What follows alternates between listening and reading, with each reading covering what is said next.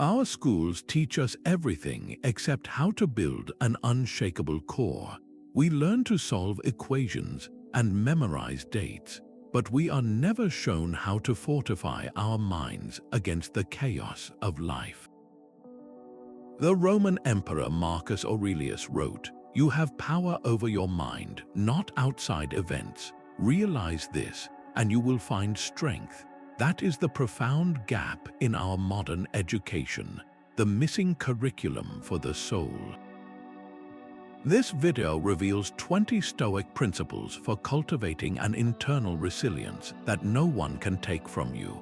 These are the untold life skills for navigating hardship with grace and emerging stronger. You will gain a complete mental toolkit for transforming obstacles into advantages. Why do some people remain calm under immense pressure while others crumble? What is the secret to turning every setback into a stepping stone? Which single insight can free you from the anxiety of things you cannot control? What does it truly mean to be the calm in the storm? The first principle is about building an unassailable fortress within your own mind. This is the Stoic idea of the inner citadel, a core self that remains undisturbed by the turmoil of the outside world. It is not a physical place but a mental stronghold built on a single, profound distinction, the understanding of what is truly yours to command. The Roman Emperor Marcus Aurelius constantly reinforced this within himself, writing in his private meditations, "You have power over your mind, not outside events." Realize this and you will find strength. Your judgments, your values, your decisions to act or not act, these are your sovereign territory. Everything else, from the weather to another person's opinion, exists outside the walls. Think of a project deadline at work that suddenly gets moved up, creating a whirlwind of panic. Your colleague is frantically complaining, your manager is demanding updates, the entire environment feels chaotic. Your inner citadel is the quiet space where you acknowledge the pressure without being consumed by it. You focus only on the next action within your control, perhaps drafting an outline or sending a single clarifying email, while the storm of anxiety and blame rages harmlessly outside your gates. The fortress is not built to make you cold or detached, but to give you a place of clarity from which to act with purpose instead of react with panic. Where in your own life do you notice external pressures most easily breaching your walls? Is it during a difficult conversation or when scrolling through social media? Identify that one area and you have found the exact place to start laying your foundation. What if your relentless pursuit of comfort is quietly eroding your strength? This is the counterintuitive heart of the second principle, the art of voluntary discomfort. The Stoics were not masochists, they were architects of an unbreakable will. They understood that by intentionally inviting small, manageable hardships into our lives, we systematically dismantle the power that future, unexpected adversity holds over us. The philosopher Seneca, a man of immense wealth, would regularly practice poverty. He wrote in his letters that we must periodically send ourselves into want, so that we may learn the true value of what we possess and conquer the fear of ever losing it. He would sleep on a hard floor, wear coarse clothing, and eat only the plainest food for days at a time. This was not self-punishment. It was a drill, a training exercise for the soul. By willingly experiencing a small measure of discomfort, he proved to himself that he could endure it, that his happiness was not dependent on his external conditions. The fear of loss lost its grip on him because he had already faced its shadow and found himself still standing. You can apply this same logic to your modern life without giving up your home. Start with a cold shower instead of a hot one. The initial shock is a direct challenge to your desire for ease, a moment where you must consciously choose resilience over comfort. Or skip a single meal, not for a diet, but to feel the pang of hunger and realize it will not break you. Take the longer, more difficult route on your walk, feeling the strain in your muscles as a reminder of your own endurance. Each small act is a brick laid in the foundation of your inner citadel. It is a quiet declaration that your peace is not for circumstance to give or take away. So this week, what one small discomfort will you voluntarily embrace? Will you leave your phone behind for an afternoon walk? Will you choose the stairs over the elevator? This single, deliberate choice is your first step toward a deeper, more unshakable freedom. This is arguably the most powerful mental model Stoicism offers. The dichotomy of control is a simple sorting mechanism for your entire life, a way to instantly drain the anxiety from any situation. The Stoic teacher Epictetus opens his handbook with this very idea, writing, "Some things are within our power, while others are not." Within our power are opinion, pursuit, desire, aversion, and, in a word, whatever are our own actions. Not within our power are our body, property, reputation, command, and, in a word, whatever are not our own actions. Your power begins and ends with your own judgments and choices. Everything else is an external event to be met with acceptance, not frantic resistance. Peace is not found by trying to control the wind, but by adjusting your own sails. Imagine you are at the airport and your flight is suddenly delayed for 5 hours. The initial wave of frustration is natural. The dichotomy of control asks you to immediately sort the elements of this situation. Can you control the airline's schedule, the weather, or the mechanical issue? No, those lie firmly in the category of things outside your control. Pouring your mental energy into anger or worry over them is like trying to fill a bucket with a hole in the bottom. It is a futile drain of your precious inner resources, but what is within your power, your response? You can control how you use this unexpected waiting time. You could finally read that book you brought. You could answer lingering emails, or you could simply use the quiet hours to observe the world around you without judgment. The delay itself is neutral. It is your judgment of it as a catastrophe that creates the suffering. By shifting your focus entirely to your own actions, you transform a frustrating ordeal into a pocket of unexpected productivity or peace. So take a moment right now. Think of 3 things causing you stress today. Is it a difficult conversation you are anticipating, the outcome of a project? A comment someone made about you? Now make 2 columns in your mind. In the first, list every aspect that is truly within your control, your preparation, your effort, your attitude. In the second, place everything else, the other person's reaction, the final decision, the past opinion. Your path to clarity and calm lies in pouring all your energy exclusively into that first column and letting the second one go. The fourth principle is about falling in love with your destiny exactly as it is. This is Amor Fati, a love of one's fate, and it is the ultimate alchemy of the mind. It asks you to shift from resisting your reality to embracing it so fully that you would not have it any other way.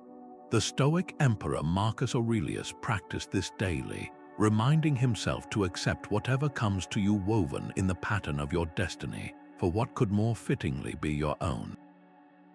This is not passive resignation, it is an active, fierce engagement with life. It is the decision to see every event, especially the difficult ones, as necessary threads in the tapestry of who you are becoming. A career setback feels like a devastating blow. The project you poured your heart into is cancelled, or a promotion you were counting on is given to someone else. The initial sting of disappointment is real. Amor Fati invites you to look deeper, to ask not why did this happen to me, but what is this making possible for me? Perhaps that cancelled project frees up your time and energy to finally pursue a long-neglected passion.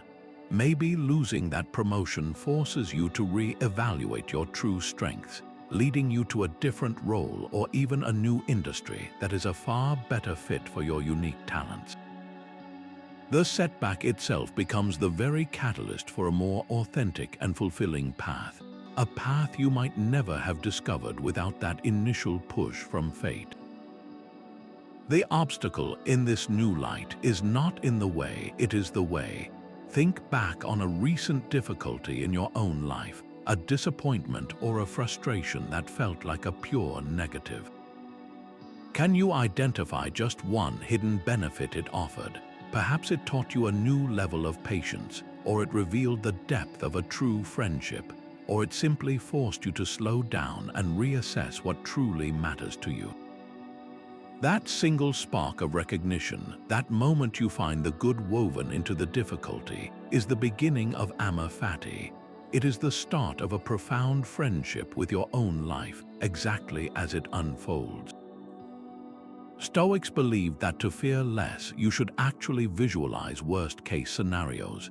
This fifth principle, Premeditatio Malorum, is the deliberate practice of anticipating what could go wrong.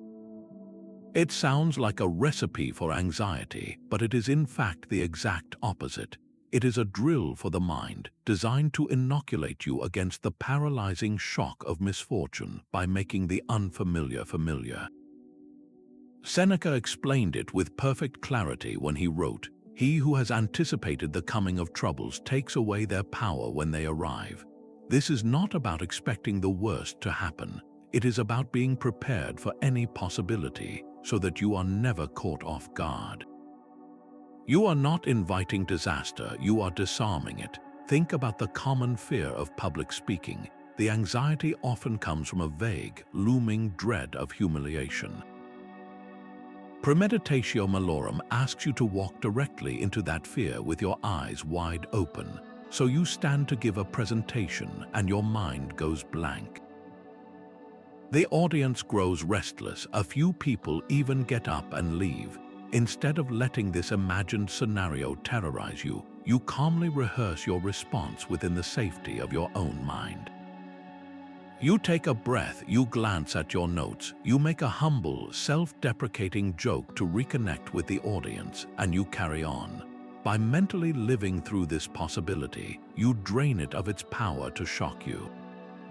The fear loses its fangs because you have already faced it and discovered a path through. The real event, should it ever occur, feels like a situation you have already handled, rather than a catastrophic first. Apply this to a more significant life event, like the possibility of losing your job. The initial thought can trigger a wave of panic. Now, sit down and premeditate it. What is the absolute worst-case scenario? You are let go, your income stops, you have to dip into your savings, you begin a job search. Notice how, when you break it down into concrete steps, the monster shrinks. You realize you have skill, you have a network, you have a reserve of resilience. You are not visualizing this to despair, but to see the clear, practical path forward that exists even in that difficult circumstance. This practice builds a profound and quiet confidence. So, bring to mind a situation that causes you a low hum of anxiety, perhaps a difficult conversation you need to have, or an important trip you are planning. Now, for just a moment, allow yourself to mentally rehearse the worst plausible outcome. Do not run from the details. Then, and this is the crucial step, map out your first calm, rational response. What is the very first thing you would do? This simple act of mental preparation is how you build an unflappable calm, turning potential future storms into manageable scenarios you are already equipped to navigate. Let's take a step back, way back, and look at your life from a vast distance. This is the sixth principle, the view from above, a powerful mental exercise the Stoics used to cut their problems down to size.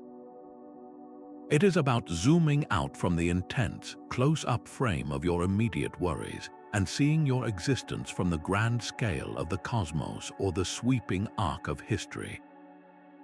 Marcus Aurelius constantly returned to this perspective in his private writings, reminding himself to frequently contemplate the connection of all things in the universe and their relationship to one another. He would think of the whole of time and the vastness of the creation, realizing how quickly the things we fret over are swallowed by eternity. Your argument with a coworker, your anxiety about a bill, your frustration in traffic, when viewed from this immense height, begin to look like tiny, temporary specks on an infinite canvas. You are not belittling your life, you are placing it in its true context, realizing you are a small but integral part of a magnificent and interconnected whole. The ego that shouts so loudly in your daily life is humbled into a quiet, appreciative whisper. Think of a problem that feels overwhelming to you right now. Now imagine yourself 1 year from today. How much will this problem truly matter? Will you even remember the sharp details of this anxiety? Now pull the lens back further. Imagine looking down on your city from an airplane, then from a satellite in space, seeing the entire planet as a pale blue dot. From that distance, your worry is invisible, lost in the breathtaking scale of existence. This is not meant to make you feel insignificant, but to grant you the profound relief of perspective. The weight you are carrying was never meant to be borne alone by your shoulders. It is shared by the entire universe. So the next time a problem feels all-consuming, pause for just a moment, close your eyes and take that mental journey upwards. Watch as your immediate crisis shrinks to a manageable dot on a vast timeline. What felt like a mountain becomes a molehill, not because it is trivial, but because you have found the proper vantage point from which to see it clearly. Stop telling yourself a story about what is happening and just see the facts. This is the 7th principle, objective judgment, the discipline of stripping away the emotional baggage and personal bias that clouds your vision. The Stoics insisted that events in the world are, by themselves, neutral. They are just things that happen. The color, the weight, the emotional charge, all of that is applied by our own minds. Epictetus made this the cornerstone of his philosophy, teaching that men are disturbed not by things, but by the views which they take of them. A sudden rainstorm is not inherently good or bad. To the farmer in a drought, it is a blessing. To the couple on their picnic, it is a disappointment. The event is the same, only the judgments differ. Your power lies in pausing between the event and your reaction to consciously choose the view you will take.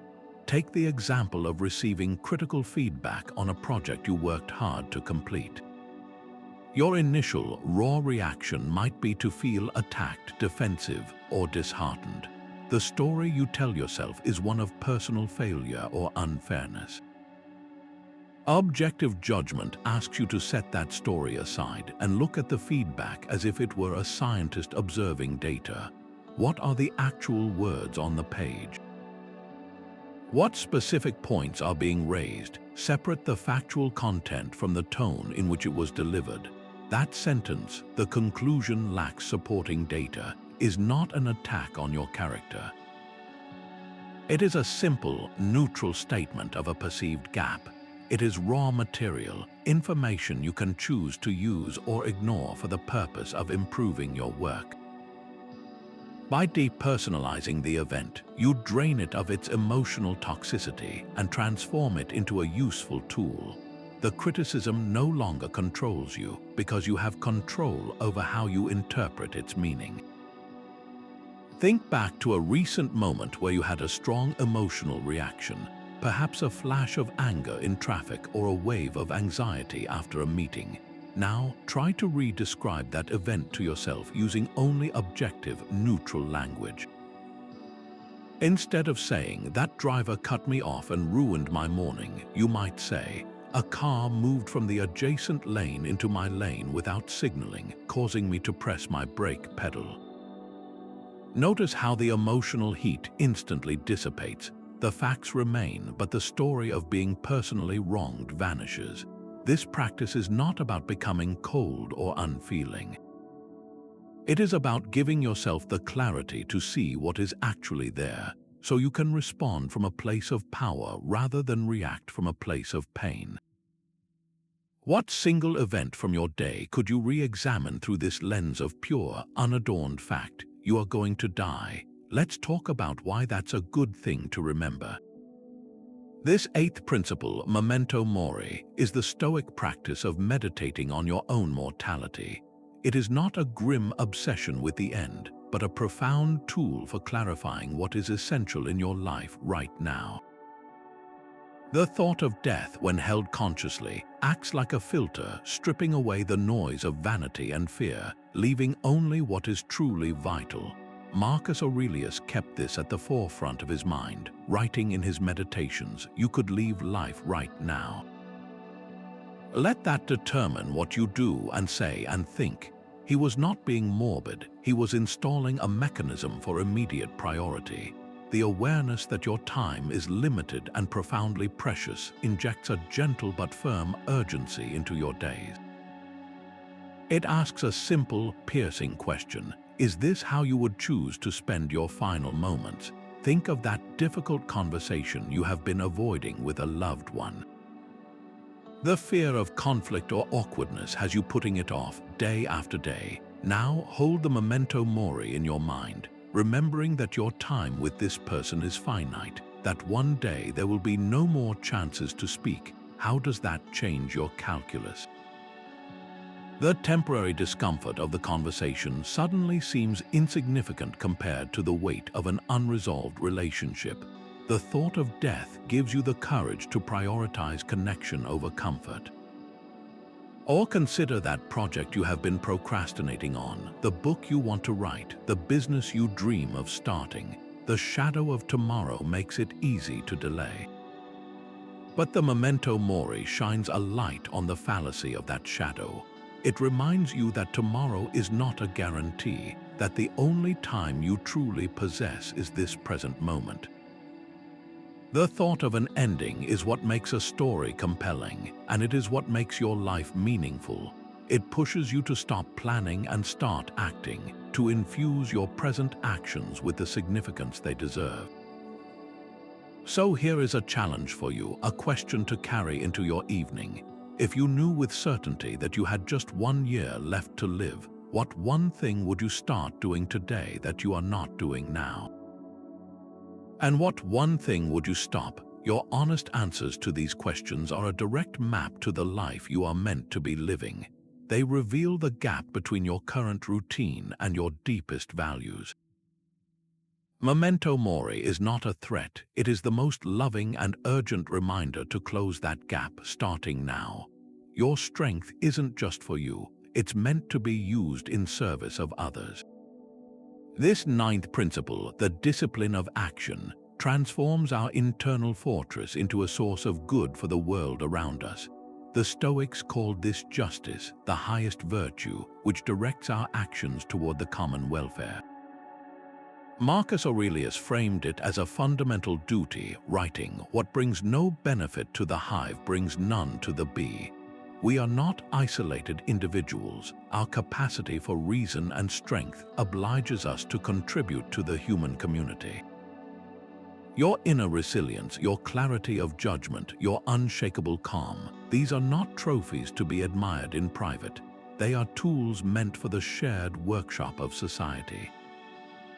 When you fortify your own mind, you are not just building a shelter for yourself.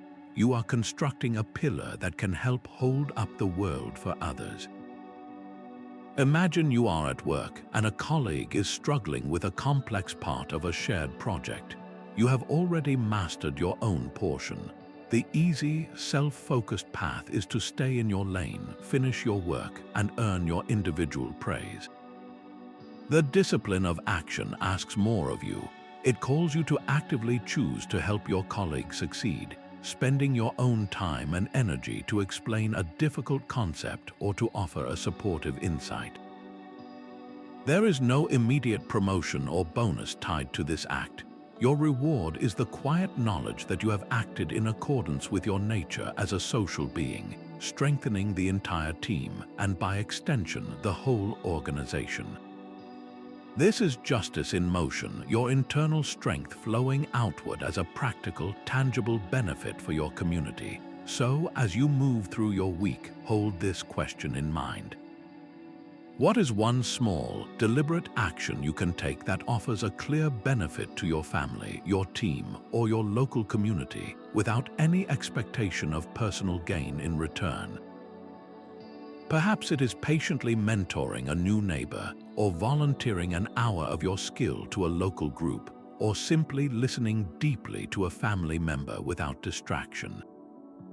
This single, other-focused act is the ultimate expression of the strength you have been cultivating all along. The 10th principle asks you to see yourself not as an isolated individual, but as a limb of a greater body. This is Sympatheia, the profound Stoic understanding of cosmic interconnectedness. We are not solitary islands shouting across a void. We are individual expressions of a single, rational, universal nature. Our personal well-being is inextricably tied to the health of the whole. Marcus Aurelius constantly returned to this vision, reminding himself that all things are intertwined with one another. A sacred bond exists among them, and practically nothing is alien to another.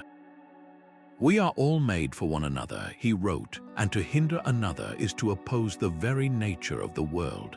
This perspective is a powerful antidote to the loneliness and conflict that can define modern life.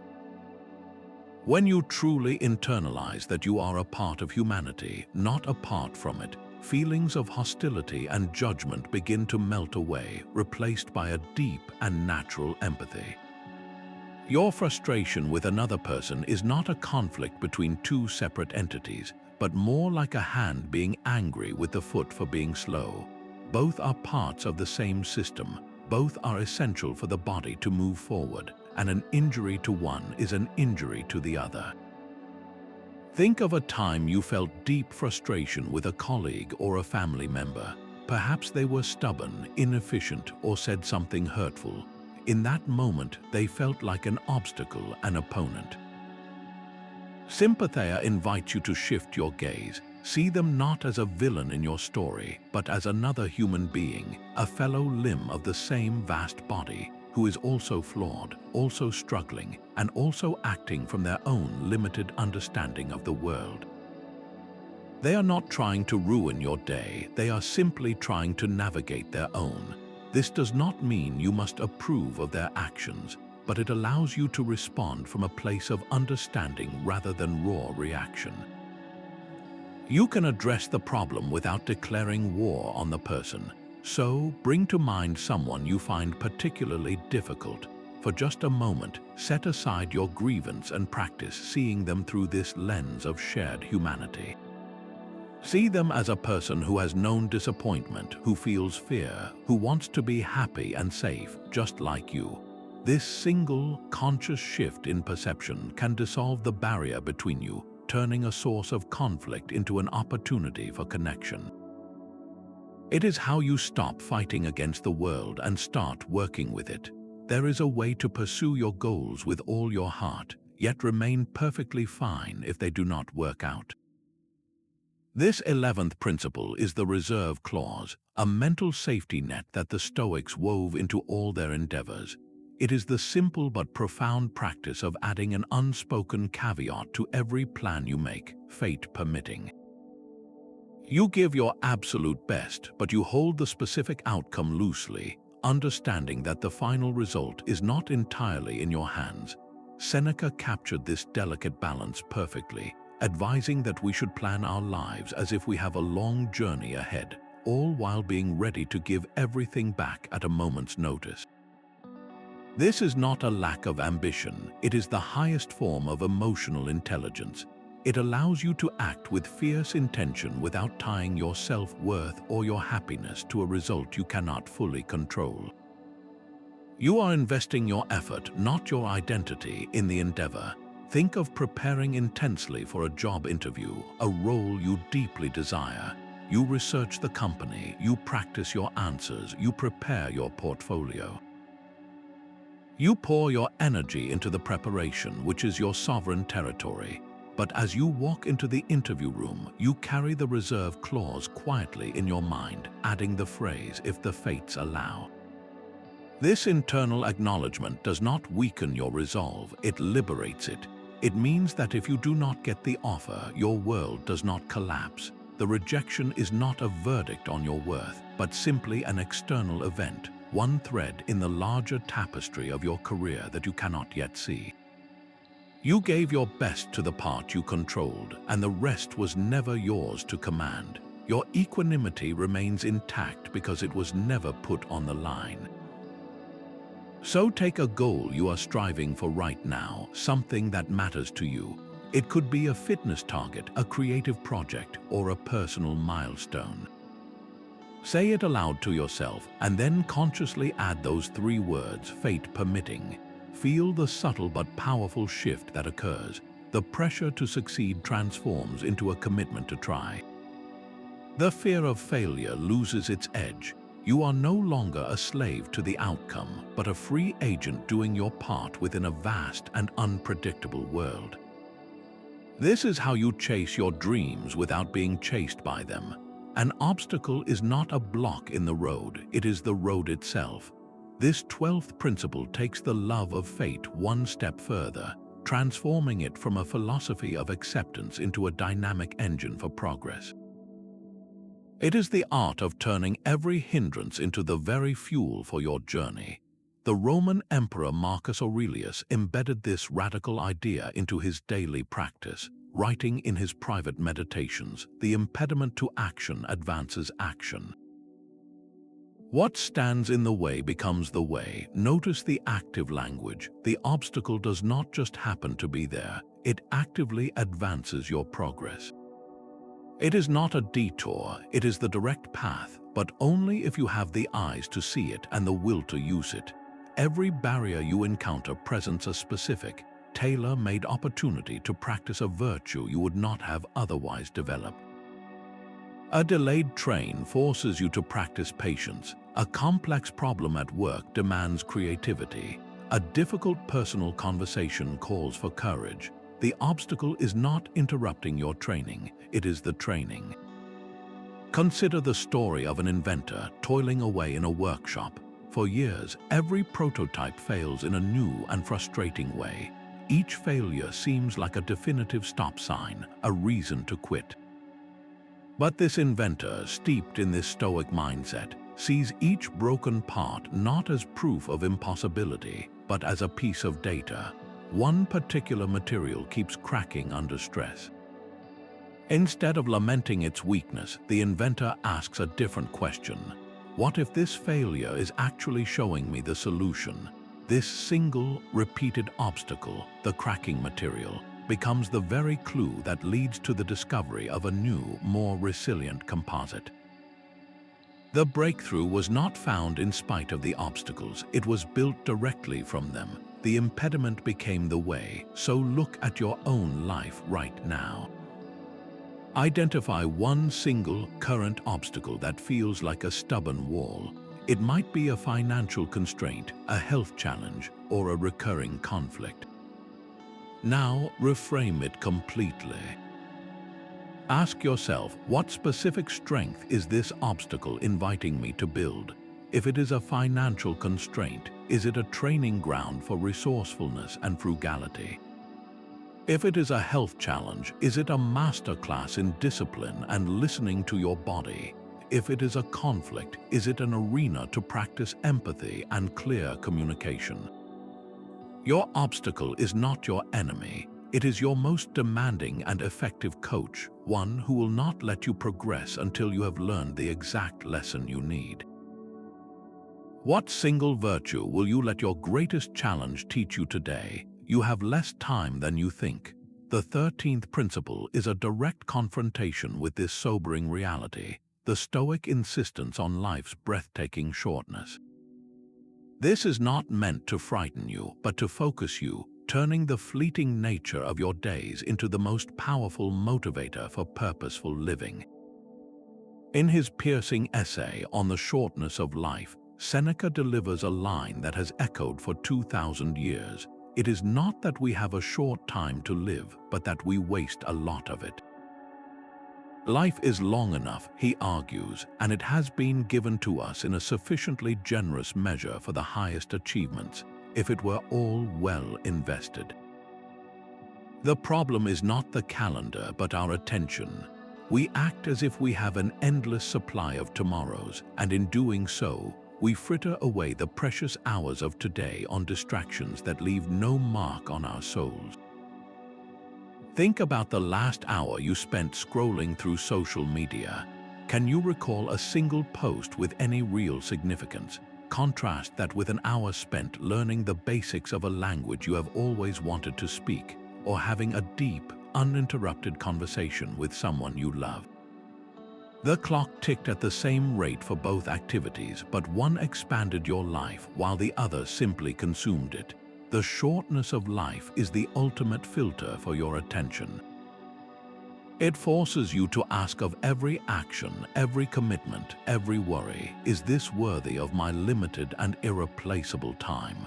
This realization is the antidote to procrastination.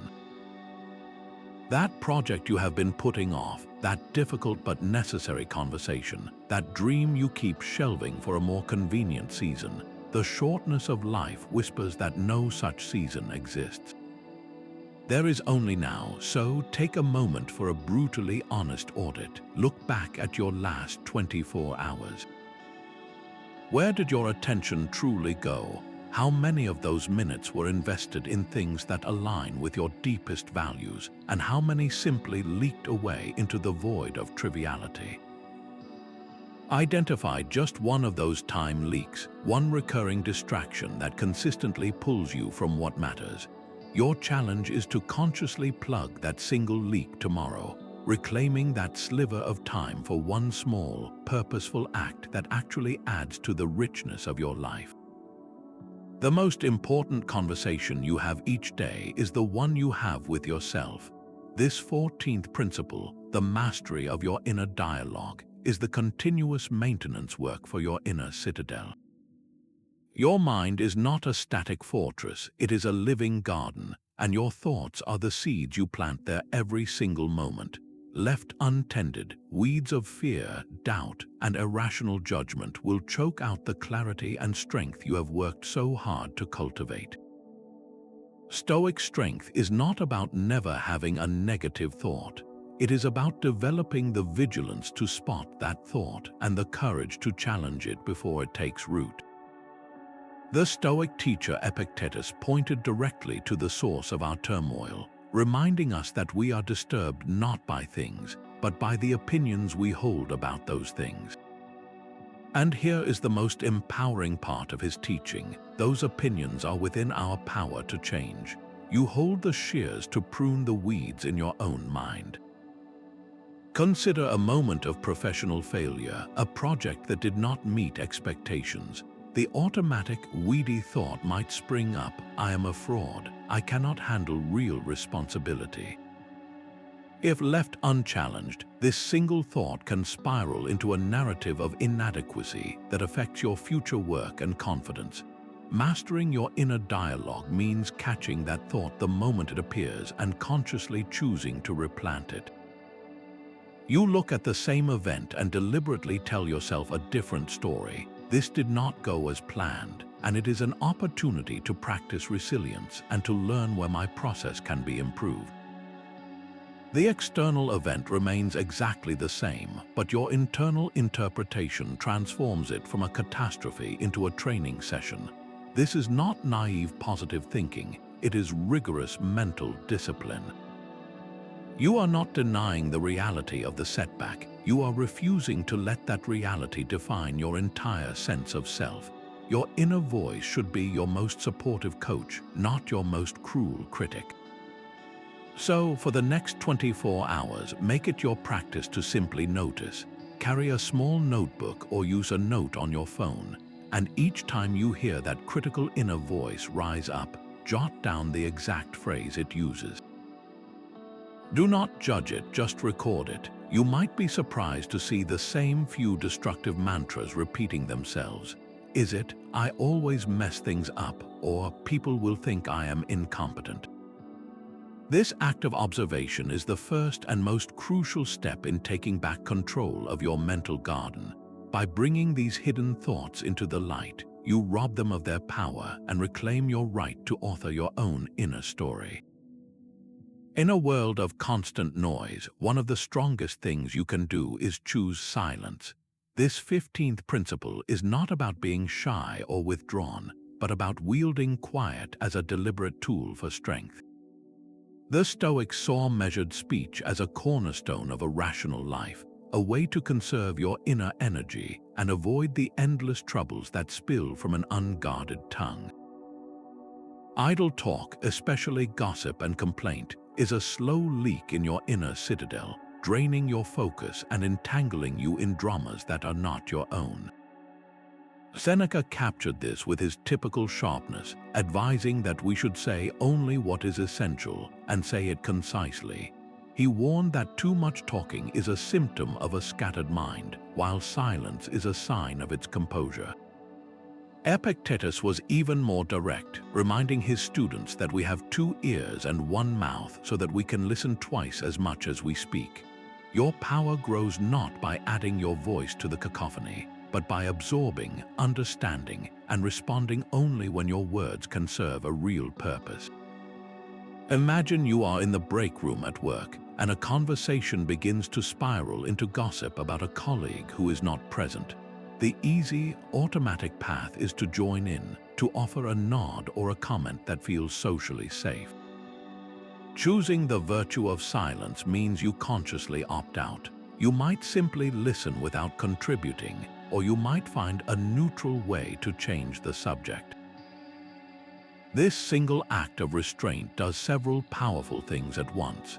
It preserves your integrity, ensuring you are not building connections at the expense of another.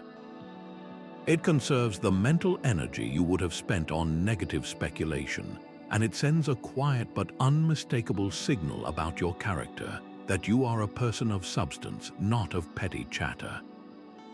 The peace and clarity you protect within yourself is far more valuable than the temporary belonging that gossip offers. So here is a practical challenge for you. At your next social gathering, whether with family or friends, commit to observing a period of intentional silence. Do not withdraw or seem aloof, but make a conscious choice to listen far more than you speak. Notice the pressure to fill the quiet with your own words and feel the strength it takes to resist it. Pay attention to what you learn about others when you are truly hearing them, rather than just waiting for your turn to talk. This simple exercise is not about becoming silent, but about discovering the profound power you hold when you are no longer a slave to your own voice. Want more? Start by fully appreciating what you already have. This 16th principle transforms gratitude from a fleeting emotion into a daily discipline for building resilience. It is the active, deliberate practice of training your eyes to see the abundance that is already here, right now. The Stoics understood that a mind fixated on what it lacks is a mind that feels perpetually weak and incomplete. In contrast, a mind that consistently acknowledges what it possesses builds an unshakable foundation of contentment, a sense of being already whole. This is not about denying your ambitions, but about ensuring you pursue them from a place of strength, not from a place of desperate need. The Roman Emperor Marcus Aurelius began each day with this very exercise, writing in his private meditations a list of things for which he was grateful. He would remind himself of the kindness of others, the simple functionality of his own body, and the beauty of the natural world, grounding himself in the present good before facing the day's challenges. He was not waiting for a special occasion to feel thankful. He was creating the condition for inner strength through a conscious, daily ritual. Your own practice can be just as simple and just as profound. Each morning when you wake, or each evening before you sleep, Pause for just 1 minute and mentally name 3 specific things you are grateful for in that exact moment. The first sip of warm coffee, the weight of a blanket, the sound of birds outside your window, the fact that you can see and hear it all. The key is specificity. Do not just say you are grateful for your family. Think of the exact sound of their laughter. Do not just say you are grateful for your job. Recall one small task you accomplished well the day before. This practice systematically rewires your brain's focus, pulling it away from an imagined, perfect future and anchoring it in the tangible gifts of the present. It proves to you day by day that your peace does not depend on acquiring the next thing, because you already have more than enough to be at peace right now. So let us put this into practice right here. Pause the video for just a moment if you need to. Close your eyes, take one deep breath, and mentally list 3 specific things you are genuinely grateful for in this very instant. It could be the device you are using to listen to this, the chair supporting you, or simply the quiet space you have created for your own growth. Feel the subtle shift in your inner atmosphere, the quiet hum of contentment that arises when you actively acknowledge what is already yours. What if you stopped caring about what other people think of you?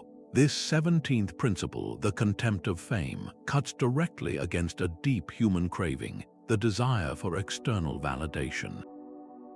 The Stoics saw this pursuit as one of the most exhausting and ultimately hollow endeavors a person could undertake. When your sense of worth is tied to the applause of the crowd, you hand over the keys to your inner peace to a fickle and unpredictable master. You become a puppet, and your strings are pulled by every compliment and, more painfully, by every criticism. Seneca wrote powerfully about this in his letters, observing that the man who believes the cheers of the mob is just as foolish as the man who fears their jeers. He argued that the only reputation worth cultivating is the one you hold in your own conscience, the private knowledge that you have acted with virtue and integrity, regardless of who is watching. Public recognition is a shadow, he taught, while a good character is the solid substance that casts it. An artist stands before a blank canvas, feeling the pull of 2 different paths. One path leads toward creating a piece she knows will be popular, that will fit the current trends and generate enthusiastic comments and shares online. The other path is riskier, leading to a piece that is strange, deeply personal, and true to her own unique vision, a vision that may confuse or even alienate her audience. The contempt of fame does not mean she should desire failure or rejection. It means her primary motivation must shift from seeking external praise to fulfilling an internal standard of excellence. Her satisfaction comes from the act of creation itself, from the integrity of bringing her vision to life. Whether the painting is met with a standing ovation or utter silence, her core worth as an artist remains unshaken because it was never dependent on the reaction in the first place. Her inner citadel is fortified not by fame, but by her fidelity to her craft. So, bring to mind one decision you have made recently, large or small, that was primarily motivated by a desire for someone else's approval. Did you buy an item you could not really afford to impress a certain group? Did you withhold an unconventional idea in a meeting for fear of sounding foolish? Simply identifying that single choice is a revolutionary act of self-awareness. It is the moment you begin to untangle your self-worth from the opinions of others and start anchoring it where it truly belongs, within the quiet certainty of your own character. The past is gone, the future is uncertain. Your power lies only in this single, fleeting moment. This 18th principle anchors you in the only place your life can ever actually be lived, the ever-unfolding present. Stoicism teaches that nearly all our mental suffering is a phantom, born from dragging the dead weight of yesterday or borrowing trouble from a tomorrow that may never arrive. Anxiety is a tax you pay on a future event you cannot control, while regret is a prison you build from the unchangeable stones of the past. Peace and effective action, however, are currencies minted only in the now. Marcus Aurelius directed his focus here with relentless clarity, advising himself to concentrate every minute like a Roman on doing what's in front of you with precise and genuine judgment, tenderly, willingly, with justice. He was not talking about grand, sweeping actions, but about the next right thing directly before him, approached with full attention and integrity. Your life is not a trailer for a future movie. It is the feature presentation happening right now, frame by frame. Think of the simple act of drinking a morning cup of tea. How often do you perform this ritual while your mind is already miles away, replaying an old argument or rehearsing a coming meeting? The warmth of the mug in your hands, the subtle aroma, the complex flavor on your tongue, all of it passes by unnoticed, a rich sensory experience traded for a mental ghost. The practice is to bring your entire self back to that one action. Feel the heat seep into your palms, watch the steam curl and vanish, taste each sip without labeling it or rushing to the next. In that focused minute, there is no anxiety about the workday ahead, no regret over yesterday's mistakes. There is only you and the tea, a complete and peaceful universe contained in a simple cup. This is not a trivial exercise, it is a fundamental retraining of your awareness. So here is a direct challenge. For the next 5 minutes after this video ends, give your full attention to your immediate senses. Do not plan, do not reminisce, do not analyze, just notice. Feel the texture of your clothes against your skin. Listen to the layers of sound in the room, near and far. Observe the quality of the light and the shapes it creates. Your thoughts will try to pull you away like a restless child demanding attention. Gently, without judgment, guide your focus back to the raw data of your senses again and again. This is where your power has been waiting all along, not in the distant horizons of time, but in the profound simplicity of the here and now. Your life is not shaped by circumstances, but by your response to them. This 19th principle reveals that character is fate, a profound idea echoed from the ancient philosopher Heraclitus straight into the heart of Stoic wisdom. It means your destiny is not a random lottery of external events, but the inevitable outcome of the person you choose to become day by day, decision by decision. Your character is the lens through which you interpret the world, the set of tools you use to meet every challenge, and ultimately, the architect of the life you build. Epictetus framed this with unflinching clarity, teaching that it is not what happens to you, but how you react to it that matters. Your reactions, in turn, flow directly from the quality of your inner character. Think of two individuals who experience the exact same misfortune, perhaps a severe financial loss that wipes out their savings. The first person, whose character is built on a foundation of fear and dependency, is completely shattered. They fall into despair, blaming others and seeing only a future of permanent ruin. Their weak character becomes a self-fulfilling prophecy, ensuring their fate is one of bitterness and stagnation. The second person, who has consciously forged a character of resilience and resourcefulness, meets the same event with a different set of tools. They acknowledge the pain and the practical difficulty, but their inner strength immediately seeks a path forward. They see the loss not as an ending, but as a harsh reset, a chance to rebuild in a wiser, more intentional way. Their strong character transforms the identical circumstance into a different fate entirely, one of growth, learning, and eventual recovery. The event was the same, but the character was different, and so the destiny diverged. Your character is not something you are born with, it is something you carve through thousands of small, daily choices.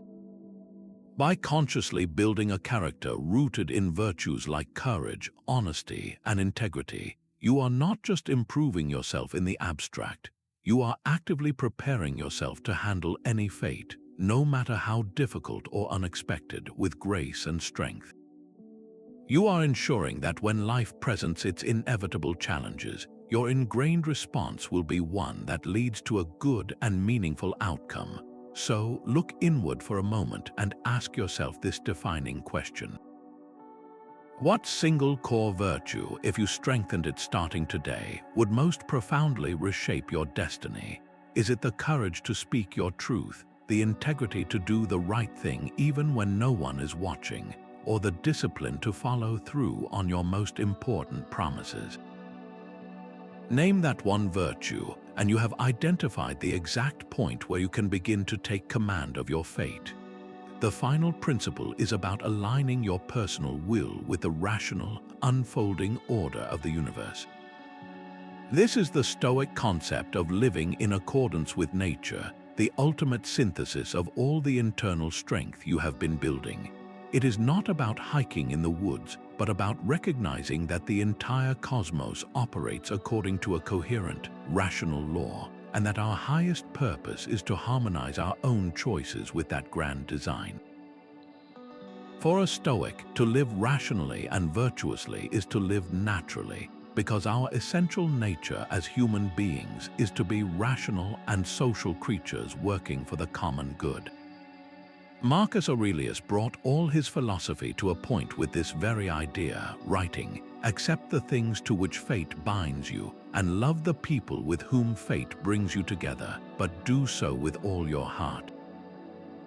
This is the final stage of your inner citadel, when its walls do not separate you from the world, but allow you to engage with it more fully and effectively, because you are no longer fighting its fundamental currents.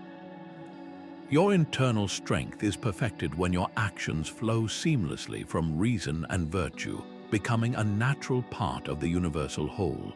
Consider the natural process of aging, a universal law that every single one of us encounters. The modern world often treats this as a problem to be solved, a reality to be resisted with every cream, procedure, and denial. Fighting this natural order is a recipe for a lifetime of frustration and anxiety, a battle you are guaranteed to lose. Aligning with nature, however, means accepting the changing landscape of your body with clear-eyed grace. It means shifting your focus from the physical capabilities you are losing to the wisdom, perspective, and patience you are gaining. The energy of your youth transforms into the steadiness of your maturity, each phase possessing its own unique and irreplaceable strengths. By accepting this natural progression, you stop wasting your inner resources on a futile war and instead invest them fully in the person you are becoming right now. So as we conclude these 20 principles, bring your attention to one single area of your own life where you feel a constant, low-grade struggle against reality. Is it a relationship that cannot be what you wish it was? Is it a personal limitation you refuse to accept? Or is it simply the relentless pace of change in the world around you? Ask yourself this one closing question. How could I begin, even in a small way, to stop resisting this reality and instead start working with it? Your answer is not a surrender, but the beginning of the deepest strength you will ever know, the strength that comes from finally moving with the current of the universe, rather than exhausting yourself by swimming forever against it. This inner citadel you have been building is not a monument to be completed, but a garden to be tended every single day. These 20 principles are not a checklist to finish, but a compass for a lifetime of practice. They all point toward a single, liberating truth that has echoed for millennia, that your true power is not found in controlling the world around you, but in mastering the world within you. Your perceptions, your actions, and your desires are the only true empire you will ever command. The Stoic teacher Epictetus offered a final, unifying key to this entire practice when he taught that freedom is secured not by the fulfillment of your desires, but by the removal of them. When you care only for what is genuinely within your power, your own choices and judgments, you become truly unshackled from the chains of circumstance. You are no longer a leaf tossed by the wind of external events, but the tree that stands firm, its roots deep in the soil of its own character. The journey does not end here, it begins anew with your very next breath. So as you move forward, do not feel you must carry all 20 principles at once. Choose just one or perhaps two to focus on for the coming week. Will it be the practice of objective judgment, stripping away the stories you tell yourself? Or the discipline of action, looking for one small way to serve your community? Carry that single intention with you and let it shape your days. If this path toward unshakable inner strength has resonated with you, consider subscribing to this channel for more practical wisdom you can apply to your own life. And we would be truly grateful if you would share in the comments below which one of these 20 principles landed with the most force for you today. Your insight might just be the spark that helps another person on their own journey, building a community of practice, one quiet act of courage at a time.